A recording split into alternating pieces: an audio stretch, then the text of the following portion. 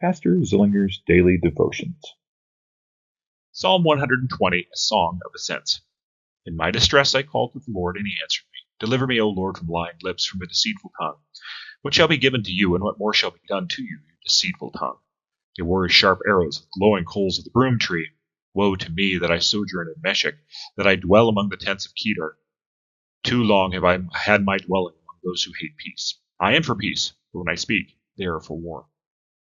This is a song of ascent, which means this is a piece of music that people used when they went up to Jerusalem for the festivals, and especially the choirs would sing on the steps as you move from the courts up into the area where they would have the sacrificial offerings for the priests.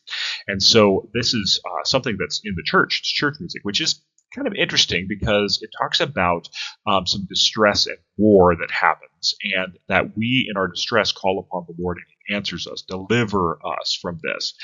And it's interesting, I find at the bottom, verses 6 and 7, I've had my dwelling among people who hate peace.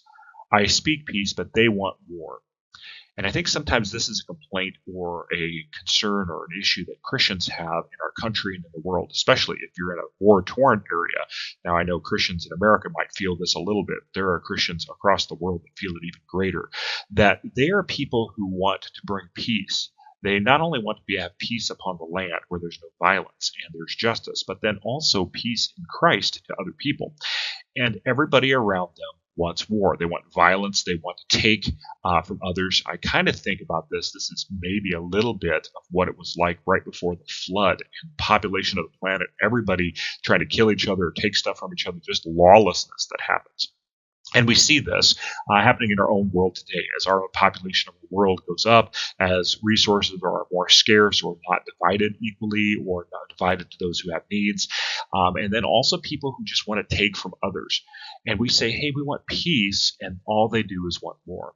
It doesn't stop us from crying out peace. And in fact, I would say as we vote and as we do things, to not just talk about worldly peace, talk about peace of Christ.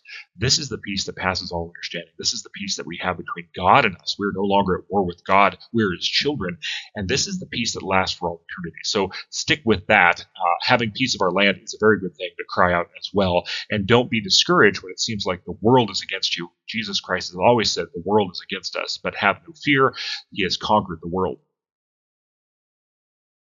The Lord bless your day as well as your week.